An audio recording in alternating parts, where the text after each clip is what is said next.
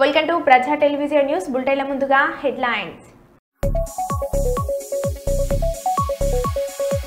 October 3 నుంచి October 13 వరకు భద్రకాళి దేవస్థానంలో దేవి శరణ్ నవరాత్రి మహోత్సవాలు.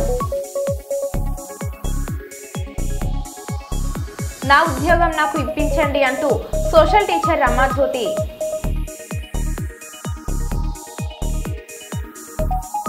ఢిల్లీలోని రాజ్ఘాట్ వద్దకు వెళ్లి మహాత్ముడికి అంజలి ఘటించిన ప్రధానమంత్రి నరేంద్ర మోడీ.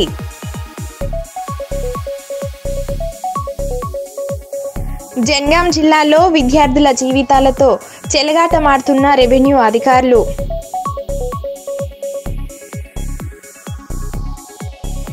శ్రీ చైతన్య కాలేజ్లో పరిస్థితులపై Nerella Sharada serious.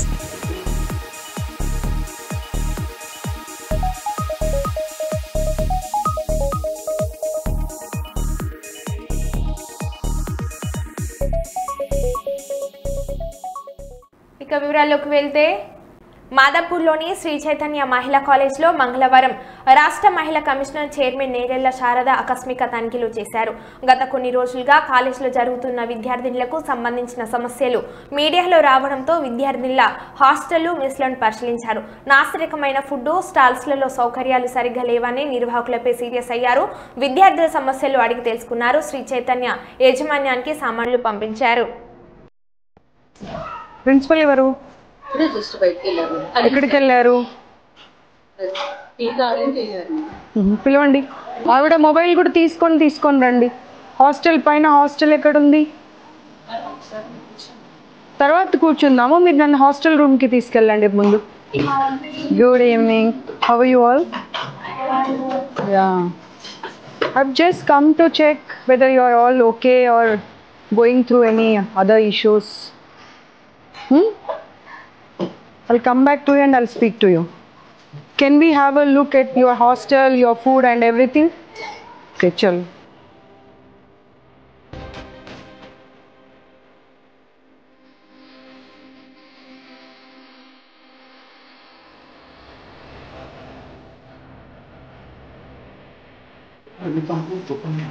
None of the student is happy. They are saying it's like a prison. This is so dirty. అసలు బాగాలేదు చూడండి. ఎంత అన్ని రూమ్స్ పరిస్థితి అదే ఉంది. అన్ని రూమ్స్ పరిస్థితి అదే. 4 బెడ్సే కాకుండా వాటి అవతారం చూడు. అసలు గాలి వచ్చేది లేదు, వెలుతురు వచ్చేది లేదు. పిల్లలు అదే చెప్తున్నారుగా, మాకు జైల్లాగా ఉంది ఇది అని చెప్పి. ఎన్ని ఫ్లోర్స్ ఉన్నాయి? 5 ఫ్లోర్స్. 5 ఫ్లోర్స్ పరిస్థితి అంతా ఇదేనా? మన ఇంట్లో అలా ఉంటామమ్మ మనం. ఒక రూమ్లో అన్ని బెడ్స్ వేసేసి ఇన్ని సామాన్లు పెట్టేసి మనం ఇంట్లో ఇలాగే ఉంటే పిల్లలు చదువుకునేది ఎక్కడ, పడుకునేది ఎక్కడ, వస్తువులు పెట్టుకునేది ఎక్కడ?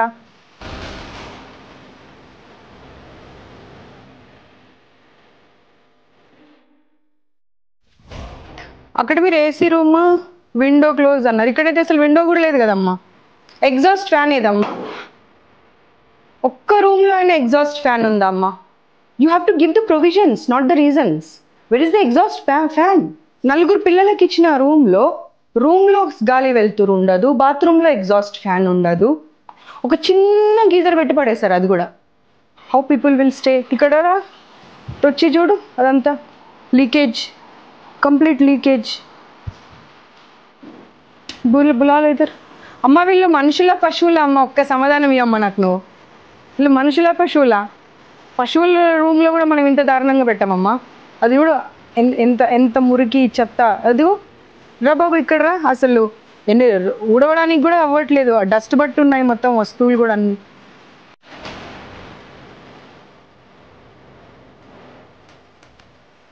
టోటల్ ఇన్ఫర్మేషన్తో వచ్చాను సార్. నేను ఏదో ఊరికే వేగ్గా రాలేదు. అమ్మ అసలు ఆమెకు నోరెలా వస్తుందో అర్థం కావట్లేదు నాకు సమాధానం చెప్పడానికి. 6 నెలలు పడేసేయండి మన రూమ్లో. ఆ ఎలకలు, కాక్రోచ్లు, జర్రీలు ఇద్దరిని పడేసేయండి ఆ రూమ్లో. తుడిచిన గుడ్డనే పడేసిన అన్నం ఇద్దరికి పెట్టండి. అప్పుడు అర్థమవుతుంది వాళ్ళకు ఆ అన్నం ఎలా తింటారనేది. నీళ్ళు పైనుండి పడుతున్నాయి సార్. ఆ ఫుడ్ కూర తినబుద్ధి కాదు అంటే పడితే పడని అంటున్నారంట. అంటే వాళ్ళు మనుషులు కాదా? No, you lost your job అంతే. No more you will be continuing in this job. Not only in this institution, nowhere else also. ఇందాక లాక్ చేసినటువంటిది అదితి ఓపెన్ చేయి. సరే ఒక్కసారి ఆలోచించుకోండి, అన్ని ఛానల్స్ టెలికాస్ట్ అయితే ఇదంతా మీ పరిస్థితి ఏంటో ఆలోచించుకోండి. 2 రోజులు పిల్లల్ని రూమ్లో వేసి లాక్ చేశారంట. మీరేం తప్పు చేయకపోతే మా కారు కనిపించగానే మీరు లాక్ ఎందుకు చేశారు చెప్పండి. అమ్మా స్టూపిడ్ రీజన్స్ చెప్పకమ్మా, నాకు స్టూపిడ్ రీజన్స్ చెప్పకమ్మా. 181 any number, you have any problem. నేను వచ్చి వెళ్ళిన తర్వాత ఏమైనా ఇబ్బంది పెడుతున్నారు అనిపించినా సరే ఇబ్బంది పడకండి. కేంద్ర ప్రభుత్వ విజిలెన్స్ లో పనిచేస్తూ సెలవులు పెట్టి ప్రతి సంవత్సరం పరఖమ్మని సేవకు వచ్చే ఈ భక్తుడికి తిరుపతి దేవుడంటే పిచ్చి. ఒక విలేకరి అడిగిన ప్రశ్నకు అతని కన్నుల్లో కోపం చూపించి ఉగ్ర నరసింహ అగుపించారు. తిరుపతి నేను 50 సంవత్సరాల నుంచి నాకు ఊహ తెలిసిన తర్వాత ఇది 50వ సంవత్సరం. సంవత్సరానికి 2-3 సార్లు వస్తుంటాను. నాకు ఇది జరిగిన తర్వాత రక్తం ఉడికిపోయింది లడ్డు విషయంలో. ఇంతకు ముందు లడ్డు తీసుకెళ్తే ఫ్రిడ్జ్ లేకపోయినా కూడా 1 మంత్ ఉండేది, 1 మంత్ నిల్వ ఉండేది, 1 నెల ఉండేది. 1 నెల పాటు ఆ ఫ్రిడ్జ్ లో పెట్టకపోయినా ఉండేది. గత కొంతకాలంగా నేను రెగ్యులర్ గా వస్తున్నాను కాబట్టి ఖచ్చితంగా చెప్పగలను, గత 5 సంవత్సరాలుగా లడ్డు అసలు తీసుకెళ్తే ఎవరికైనా ఇద్దామంటే కూడా అది 2-3 ఇక్కడ తీసుకెళ్లిన తర్వాత 3 రోజులకో 4 రోజులుగా ఇంటికి వెళ్తాము. అప్పటికే పాడైపోయినట్టుగా అనిపించి వెంటనే ఇచ్చినా కూడా పాపం వాళ్ళు కూడా ఏమిటి ఇలా ఉందనేటువంటి పరిస్థితి. నిజం చెప్పాలంటే అండి, ఆయనకి డబ్బు కొదవేంటండి, ఆయనకు పొదుపు చేయడం ఏంటంటే నాకు అర్థం కాదు.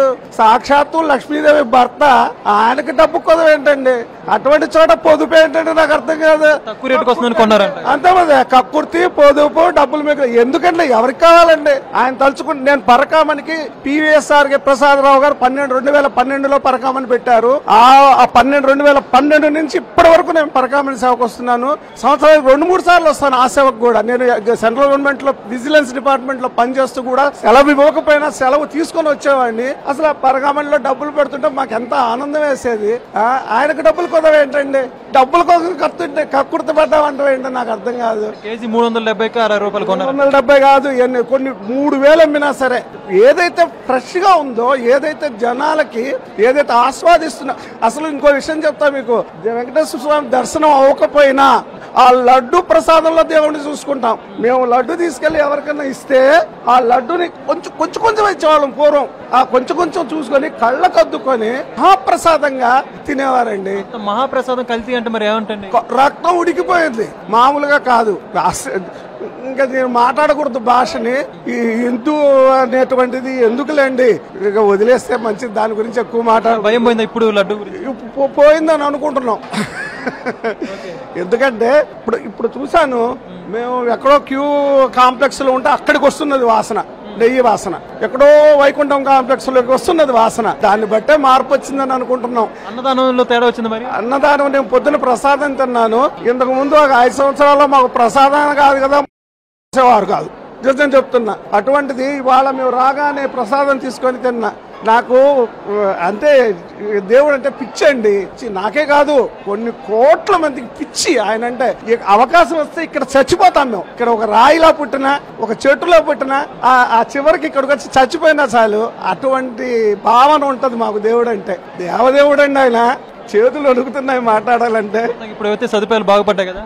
Yes, I'm very very very happy. ఇప్పుడు నేను ధైర్యంగా అందరికీ అరే కొంచెం బతుకుంది అని చెప్పొచ్చు. సీతక్క జర ఒకసారి ఇసుక క్వారీల మీద, కాంట్రాక్టర్ల మీద, అధికారుల మీద నజర్ పెట్టండి. ఇటువంటి పరిస్థితి ఏ కుటుంబానికి రాకూడదు. అసలే అటవీ ప్రాంతం నుంచి వర్షాకాలంలో ప్రయాణిస్తే ఎక్కడ చెట్టు పుట్ట పడి ఉంటాయో తెలియని ఏటూరు నగరం అభయారణ్యంలో బిడ్డలు ఆరోగ్య సమస్య వచ్చి ప్రాణాపాయ స్థితిలో ఉండి పెద్ద ఆసుపత్రికి వద్దామంటే ప్రయాణ సమయం ప్రయాణం చేసి అంత దూరమే. అయినా ఒక చిన్న ఆశతో పెద్ద హాస్పిటల్కి ప్రభుత్వ అంబులెన్స్ వచ్చే వరకు ఆగి వచ్చిన తర్వాత చిన్న ఆశతో హాస్పిటల్కి బయలుదేరితే మార్గ మధ్యంలో రాత్రి పగులు అనే తేడా లేకుండా, లెఫ్ట్ రైట్ అనే భేదం లేకుండా national highway Eturu Nagaram to Warangal వరకు ఇష్టానుసారంగా లారీలు పార్కింగ్ చేసి కనీస స్పందన అంటే జ్ఞానం కూడా లేకుండా అంబులెన్స్ కి 30 నిమిషాల పాటు దారి ఇవ్వకపోవడం నా హృదయాన్ని కలిసివేసింది. దయచేసి ఇటువంటి సంఘటన పునరావృతం కాకుండా చూడండి. అక్క మీరన్న మన కాంగ్రెస్ పార్టీ అన్న నాకు చాలా నమ్మకం. ఆ నమ్మకంతో అడుగుతున్నాం, దీనికి ఒక సొల్యూషన్ చూడండి అక్క.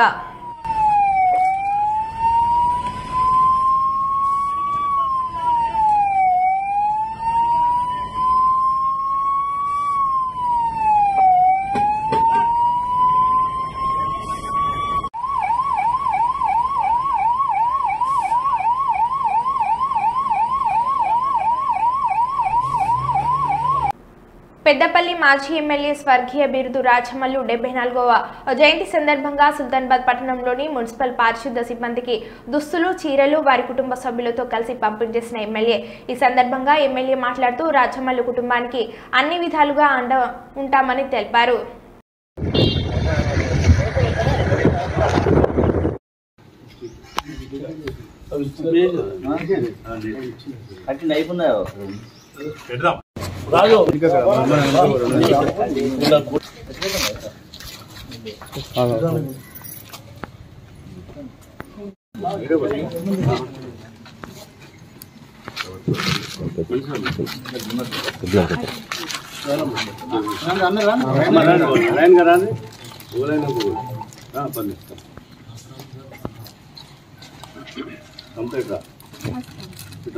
అడుగు అక్కడ అయిపోయింది.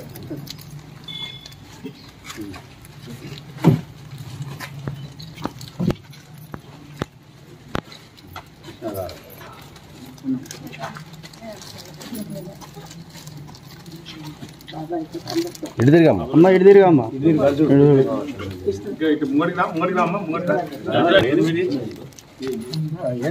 ఒక్క తర్వాత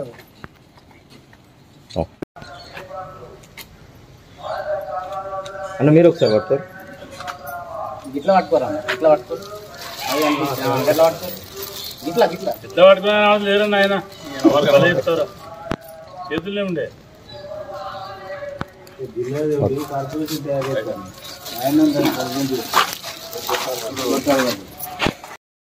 మాజీ ఎమ్మెల్యే బిదురాయమల్ గారి 74వ జయంతిని పురస్కరించుకొని ఈరోజు మా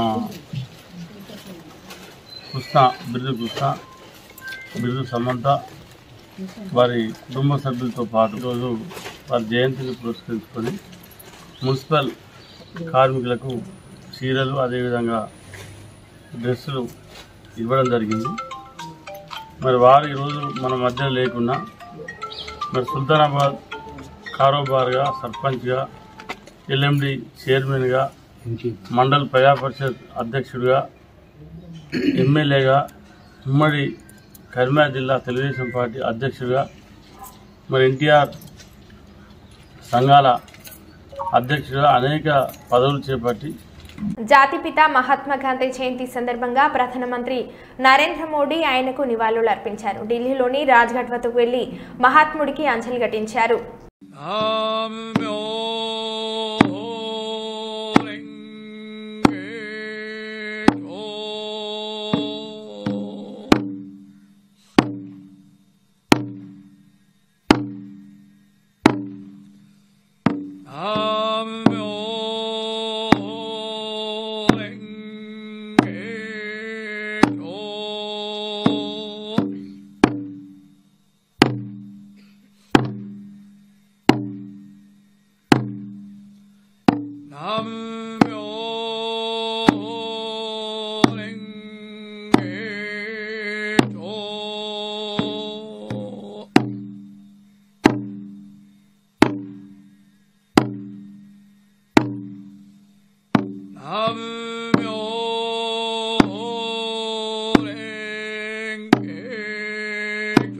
కాకినాడ జిల్లా జగ్గంపేట మండలం జగ్గంపేటలో అన్నపూర్ణ పౌల్ట్రీ కాంప్లెక్స్ దగ్గర ఉన్నటువంటి అంబేద్కర్ విగ్రహం వద్ద జగ్గంపేట నియోజకవర్గం ఇన్ఛార్జ్ జుత్తుగా నాగేశ్వరరావు అధ్యక్షతన జరిగిన ఈ కార్యక్రమంలో ముందుగా అంబేద్కర్ గారికి జై భీమ్లు తెలియజేసి అంటూ సోమవారం రోజున చిత్తూరు జిల్లా మదనపల్లిలో జరిగిన నిరసన తెలియజేస్తున్న బహుజన సమాజ్ పార్టీ నాయకులను అరెస్ట్ చేయడంపై నిరసన తెలియజేస్తూ ఈ సందర్భంగా జగ్గంపేట ఇన్ఛార్జ్ జుత్తుక నాగేశ్వరరావును మాట్లాడుతూ కాకినాడ రూరల్ ఎమ్మెల్యే పంతం నానాజీ మరియు ఉండి నియోజకవర్గం రఘురాం కృష్ణంరాజు చేసిన చర్యలకు వ్యతిరేకంగా వారి దిష్టి బొమ్మలు తగలబెట్టి మదనపల్లిలో బహుజన సమాజ్ పార్టీ నిర్వహించిన నిరసన ప్రదర్శనను అడ్డుకున్న పోలీసులు బహుజన సమాజ్ పార్టీ రాష్ట్ర ఉపాధ్యక్షులు బందెల్ల గౌతమ్ కుమార్ మరియు కొంతమంది బీఎస్పీ కార్యకర్తలను అదుపులోకి తీసుకొని కేసులు బనాయించినారు. ఈరోజు జై భీమ్రావ్ భారత పార్టీ ఒల్లు సత్యానందన్ మాట్లాడుతున్నాను. ప్రధానంగా ఎన్డీఏ ప్రభుత్వం ఈనాడు గద్దెనెక్కి జనసేన, టీడీపీ, బీజేపీ ఇలా ముగ్గురు సారథ్యంలో ఈనాడు అధికారం గద్దెనెక్కి తీరా చూస్తే దళితులు కొట్టడం, దళితులపై కేసులు పెట్టడమే ఈ ప్రభుత్వానికి ఆనవాయితీగా వస్తుంది. ప్రధానంగా చూస్తే రఘురామ కృష్ణరాజు గారు ఒక శాసనసభ్యుడిగా ఉండి ఒక రక్షణ శాఖ రిమూవ్ చేయవలసిన ఫ్లెక్సీని ఆయన చేతిలో తీసుకుని ఆయన ఆ ఫ్లెక్సీని చింపడం, కర్రదీయడం ఇది చాలా హేయమైన చర్యగా మేము భావిస్తూ ఉన్నాం. ఈనాడు చూస్తే పంతం నానాజీ గారు లంచా కొడకల్లారని డైరెక్ట్గా తిట్టేశారు. ఆ విజువల్స్ కూడా ఉన్నాయి. దీన్ని గౌరవ డిప్యూటీ సీఎం పవన్ కళ్యాణ్ గారు చర్య తీసుకోకుండా, క్రమశిక్షణ లేకుండా ఆయన ఇప్పటికి ఇంకా పార్టీలో నుంచి తొలగించలేదు. బేషరతుగా పార్టీలో నుంచి కూడా తొలగించాలి, బర్తరఫ్ చేయాలి. ఈనాడు చూస్తే ఈ ఫ్లెక్సీ వివాదం, ఈ దళితుల విషయాలు, బహుజన సమాజ్ పార్టీ విషయాలు ఇవన్నీ కూడా ఒక ఉద్యమం చేపడితే ఆ ఉద్యమకారులపైన కూడా కేసులు పెడుతూ ఉన్నారు. రక్షించవలసిన రక్షణ శాఖే ఈనాడు కూటమి ప్రభుత్వకి లొంగిపోయి ఈనాడు చాలా దుర్మార్గంగా నడుస్తూ ఉంది. రక్షణ శాఖ ఎందుకు? ప్రధానంగా రక్షణ శాఖ ప్రజలను రక్షించడానికి, వారిపై బలమైన నాయకుడు ఎదుర్కొంటే ఆ బలహీనలు రక్షించడానికే రక్షణ శాఖ ఉంది. అటువంటి రక్షణ శాఖ ఈ కూటమి ప్రభుత్వం లొంగిపోవడం చాలా దుర్మార్గమని మేము తెలియజేస్తున్నాం. రక్షణ శాఖ మీరు ప్రజల ట్యాక్స్తో ఉండే మీరు ప్రజలు రక్షించడం మానేసి డబ్బులున్న వాళ్ళకి కొమ్ముగాయడం, ఇది ఎంతవరకు దీన్ని దుర్మార్గంగానే చూస్తున్నాం మేము. వెంటనే దీనిపైన మీరు చర్య తీసుకోకపోతే మేము హైకోర్టు, సుప్రీంకోర్టు దాకా కూడా వెళ్ళి దీనిపైన చర్యలు తీసుకుంటాం, సుప్రీంకోర్టును ఆశ్రయిస్తామని తెలియజేస్తూ జై భీమ్, జై అంబేద్కర్. నేను జగ్గంపేట నియోజకవర్గ బహుజన సమాజ్ పార్టీ కన్వీనర్గా పనిచేస్తున్నాను. అయితే నిన్నటి రోజున చిత్తూరు డిస్ట్రిక్ట్ మదనపల్లిలో బహుజన సమాజ్ పార్టీ నాయకులు అలాగే కొంతమంది దళిత సహోదరులు అందరూ కలిసి రోడ్డుపై ఈ యొక్క ఏదైతే సంఘటన జరిగిందో, రఘురామ కృష్ణరాజు రాజ్యాంగ నిర్మాత అయినటువంటి బాబాసాహెబ్ అంబేద్కర్ గారి ఫ్లెక్సీని అందరూ చూస్తుండగా మీడియా ముఖంగా కొక్కిరాల రఘుపతిరావు చారిటబుల్ ట్రస్ట్ మంచిర్యాల శాసనసభ్యులు కొక్కిరాల ప్రేమ్ సాగర్రావు, మంచిర్యాల జిల్లా డీసీసీ అధ్యక్షులు కొక్కిరాల సురేఖ ఆధ్వర్యంలో ఈరోజు మంచిర్యాల మున్సిపాలిటీలోని 8, 9, 10, 11, 12, 21, 22, 23, 24, 25, 26, 27, 28, 29, 30, 33, 34, 35, 36 వార్డులకు బతుకమ్మ పండుగ కానుకగా ఆడపడుచులకు చీరలు పంపిణీ చేసిన ప్రేమ్ సాగర్రావు కోడలు శ్రీ శైలేఖ్య, సోదరిమణులు శ్రీ రుక్మిణి, సత్య ఈ కార్యక్రమంలో కౌన్సిలర్లు, కాంగ్రెస్ నాయకులు, నాయకురాలు, కార్యకర్తలు, ప్రజాప్రతినిధులు పాల్గొన్నారు.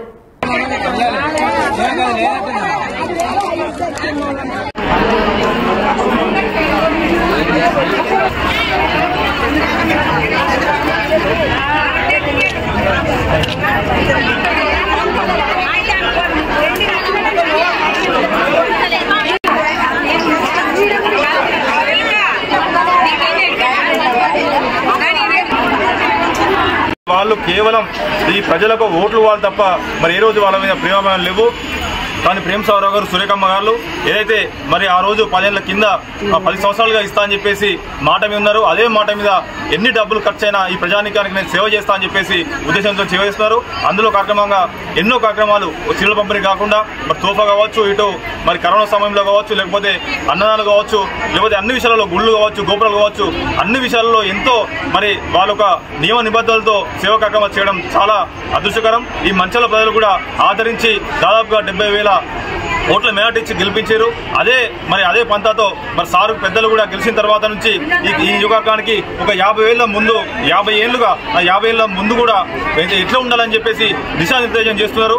వారికి వారి కుటుంబ సభ్యులందరూ కూడా మంచిదని చెప్పేసి ప్రజానికం కోరుకుందాం. వారికి ఎల్లవేళలా మా సపోర్ట్ చేద్దామని చెప్పేసి అందరూ కూడా మహిళా మామూలు ముఖ్యంగా వారికి ఎల్లవేళలా అందుబాటులో ఉంటారని చెప్పేసి చెప్తూ, అదేవిధంగా ఈ కార్యక్రమానికి ముఖ్య అతిథిగా వచ్చినటువంటి పెద్దలు ప్రేమ్ సాగర్రావు గారు, సురేఖమ్మ గారి కోడలు శైలేఖ్య కూడా ఈ సందర్భంగా శుభాకాంక్షలు, ధన్యవాదాలు, వెల్కమ్ చెప్తూ మరిన్ని సేవా కార్యక్రమాల్లో మరి పాలు పంచుకోవాలని చెప్పేసి కూడా వారిని కూడా జరుగుతాం. సత్యమే గెలుస్తుంది. జగన్ చెప్పినవే సుప్రీంకోర్టు చెప్పింది. హిందువులకు చంద్రబాబు క్షమాపణ చెప్పాలని భరత్ అన్నారు. మనకి అంటే సుప్రీంకోర్టులో ఈ యొక్క తిరుపతి అంశం, లడ్డు అంశం ఉంది కాబట్టి అది సబ్జుడీస్ కాబట్టి నేను దాని గురించి ఎక్కువ మీడియాకి ఎక్కువ మనం మాట్లాడడం కూడా కరెక్ట్ కాదు. ఒకే అంశము తెలియపరిచేది ఏంటంటే, నిన్న సుప్రీంకోర్టు కూడా క్లియర్గా అంశం అయితే దేవుణ్ణి రాజకీయాల్లోకి లాగవద్దనే ఒక అంశం.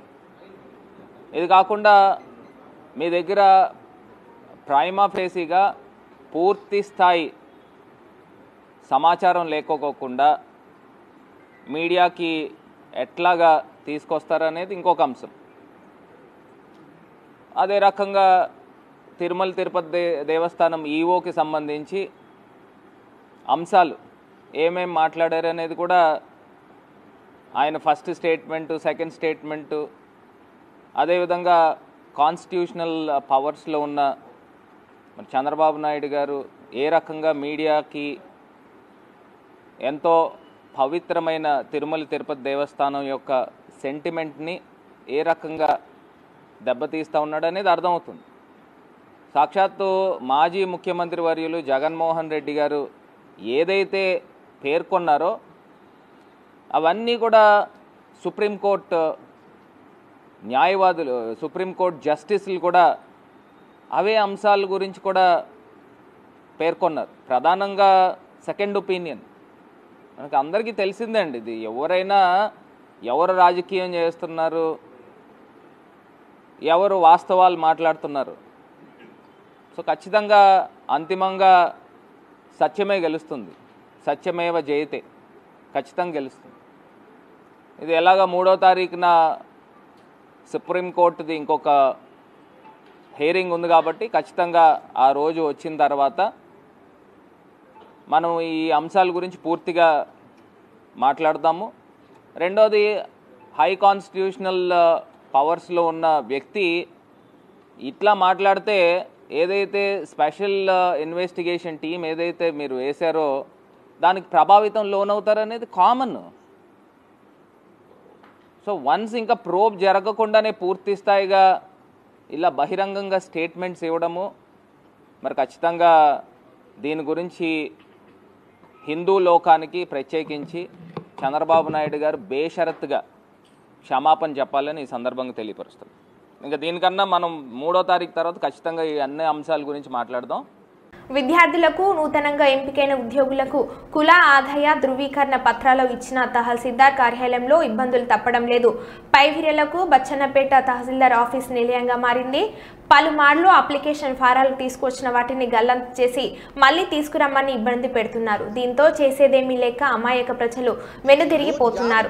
కార్యాలయం తాళం తీయక ముందు వచ్చి కూర్చుంటే సాయంత్రం ఇంటికి పోయే వరకు కూడా పనికాని పరిస్థితి నెలకొంది. ప్రజలకు విద్యార్థులకు సమాధానం చెప్పవలసిన అధికారులు దురుసుగా ప్రవర్తిస్తున్నారు. ఇది డిఎస్సిలో ఎంపికైన ఓ అమ్మాయి దీన కథ. ఈ రోజు ఇలా ఇబ్బందులు పడే వారెందరో ఉన్నారు. నిర్లక్ష్యంగా వ్యవహరిస్తున్న అధికారులపై ఉన్నతాధికారులు తక్షణమే చర్యలు తీసుకోవాలి.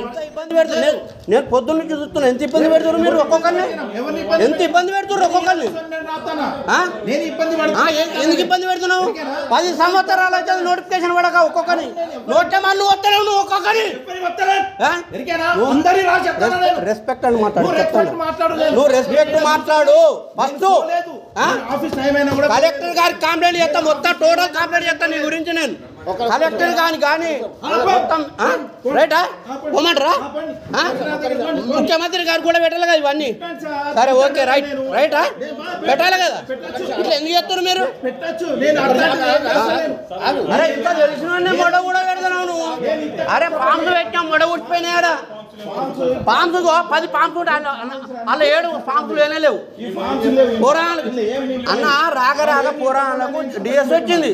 పొద్దున పాంపు పెట్టిపోయినాం పొద్దున. అలాగే 4 పాంపు పోయినాయి, మళ్ళీ 5 పాంపు పోయినాయి. ఇగో నోటరీ అన్నాడు, నోటరీ కొట్టించుకొచ్చాం. మళ్ళీ పాస్టర్ నోటరీ ఏమన్నాడంటే అది చెల్లదు అన్నాడు. ఇంత వరంగల్ నగరంలో భద్రకాళి దేవస్థానంలోని దేవి శరన్న నవరాత్రి మహోత్సవంలు అక్టోబర్ 3 నుంచి అక్టోబర్ 13 వరకు జరుగుతాయని ఆలయ ప్రధాన అర్చకులు భద్రకాళి శేషు పేర్కొన్నారు.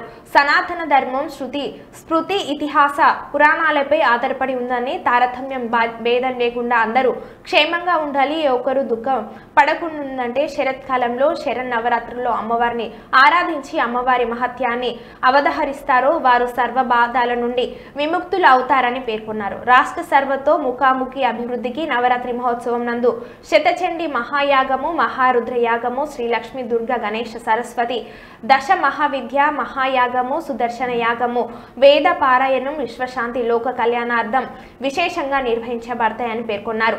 దేవి శరన్నవరాత్రి మహోత్సవాలకు వచ్చే భక్తులు సౌకర్యార్థమై చలువ, పందిళ్లు, త్రాగునీరు, ఉచిత అన్న ప్రసాద వితరణలు ఏర్పాటు చేస్తామని, నాణ్యమైన ప్రసాదాన్ని అందించేలా కృషి చేస్తామని, సేవా సంస్థల సహకారంతో అన్నదాన కార్యక్రమం నిర్వహిస్తున్నామని, భక్తులందరూ సద్వినియోగం చేసుకోవాలని భద్రకాళి ఆలయ ఈవో శేషుభారతి పేర్కొన్నారు. భక్తితో మనం మంచి నెయ్యితో చేసిన ప్రసాదాన్ని, పులిహోరని, లడ్డూని అన్ని రకాలు చక్కటి నాణ్యమైన ప్రమాణాలతో మరి సర్టిఫికెట్ ద్వారా తీసుకొని ఫుడ్ సేఫ్టీ ఆఫీసర్స్ వచ్చి వాళ్ళు చెక్ చేసి ప్రత్యేకించి ఆ యొక్క చక్కటి పదార్థంతో చేసిన ప్రసాదాన్ని అందించడం జరుగుతుంది. మరి అందుకని భక్తులందరికీ కూడా మనం చేసేదేమనగా 3వ తేదీ నుండి 13వ తేదీ వరకు వివిధ రకాల హోమాలు, గణపతి హోమం గాని, సుదర్శన హోమం గాని అన్ని రకాల హోమాలు మరి మరి అర్చక స్వాములు, వేద పండితులతో జరిపించబడుతుంది భద్రకాళి అమ్మవారి దేవస్థానం కనుక మరి ప్రతి ఒక్కరూ కూడా ఈ యొక్క అమ్మవారి ఆశీస్సులు పొందడం కొరకు ఒక్క 5 నిమిషాలు అమ్మవారిని దర్శించుకోవడానికి రావచ్చు. ఎవరైనా హోమాల్లో పాల్గొనవచ్చు. అదేవిధంగా మరి పెద్దలకి శ్రీయుత సీఎం గారిని ఆహ్వానించడం జరిగింది. వారు కూడా సమయం చూసుకొని వస్తానని అన్నారు. అదేవిధంగా శ్రీయుత మన శ్రీమతి కొండా సురేఖ మేడం గారు, మన ఎండోమెంట్ మినిస్టర్ గారైన మేడం గారిని కూడా ఆహ్వానించడం జరిగింది. వారు తప్పనిసరిగా సతీ సమేతంగా మరి అమ్మవారి దర్శనానికి పట్టు వస్త్రాలు, తలంబ్రాలు పట్టుకొని వస్తానని తెలియజేశారు. అదేవిధంగా శ్రీయుత నాయని రాజేందర్ రెడ్డి గారు, మన ఎమ్మెల్యే గారు, వారిని కూడా ఆహ్వానించడం జరిగింది. వారు కూడా ఈ యొక్క అమ్మవారి కార్యక్రమాల్లో పూర్తిగా పాల్గొని ఆ యొక్క ఎటువంటి ఇబ్బంది లేకుండా చూసుకుంటామని వారు వివిధ శాఖల వారికి కూడా తెలియచేయడం జరిగింది. కనుక శ్రీయుత కలెక్టర్ గారిని, అడిషనల్ కలెక్టర్ గారిని, సిపి గారిని, ప్రతి ఒక్కరిని, మున్సిపల్ కమిషనర్ గారిని, మేయర్ గారిని అందరినీ ఆహ్వానించడం జరిగింది. ప్రతి ఒక్కరూ కూడా మరి ఎలక్ట్రికల్ డిపార్ట్మెంట్ వారు, హెల్త్ డిపార్ట్మెంట్ వారు, పోలీస్ డిపార్ట్మెంట్ వారు ఈ యొక్క కార్యక్రమం దేవి నవరాత్రి ఉత్సవాలు సక్రమంగా సవ్యంగా జరగడం కోసం వారి యొక్క పరిపూర్ణ సహకారాన్ని అందిస్తామని కోఆర్డినేషన్ మీటింగ్ లో మరియు ఇతరత్ర కూడా తెలియజేయడం జరిగింది. ప్రస్తుతం వర్క్స్ కొన్ని జరుగుతున్నాయి. వాళ్ళ ద్వారా పార్కింగ్ ప్లేస్ కానీ మరి ఇక్కడ కొన్ని విషయాల పనులు జరుగుతూ ఉన్నాయి. అదేవిధంగా మరి ప్రెస్ మిత్రులందరినీ కూడా ప్రేమగా కోరుకునేది ఏంటంటే అమ్మవారిని దర్శిస్తే చాలు, బాధలన్నీ పోతాయి, కష్టమంతా పోతుంది. కనుక భక్తుల్ని ప్రేమగా తీసుకొచ్చే బాధ్యత మీదే అన్నా. అందుకని ప్రతి ఒక్కరూ ప్రేమగా మీరు అమ్మవారి ఆశీస్సులు పొందుతూ మిగతా భక్తులందరినీ తీసుకురావాల్సిందిగా కోరుచున్నాం. అమ్మవారి పరిపూర్ణ ఆశీస్సులు, ఆరోగ్యం, ఆనందం, ఐశ్వర్యం అందరికీ సమకూరాలని, ఏ చిన్న బాధ వచ్చినా ఇట్లా గాల్లో ఎగిరిపోవాలని ప్రేమగా కోరుతున్నాను. సర్వమంగళ మాంగళ్యే శివే సర్వార్థ సాధకే శరణ్యే త్ర్యంబకే దేవి నారాయణి నమోస్తుతే, భద్రకాళి నమోస్తుతే, భద్రకాళి నమోస్తుతే, భద్రకాళి నమోస్తుతే. మరో బులెటిన్లో మళ్ళీ కలుద్దాం. Stay tune.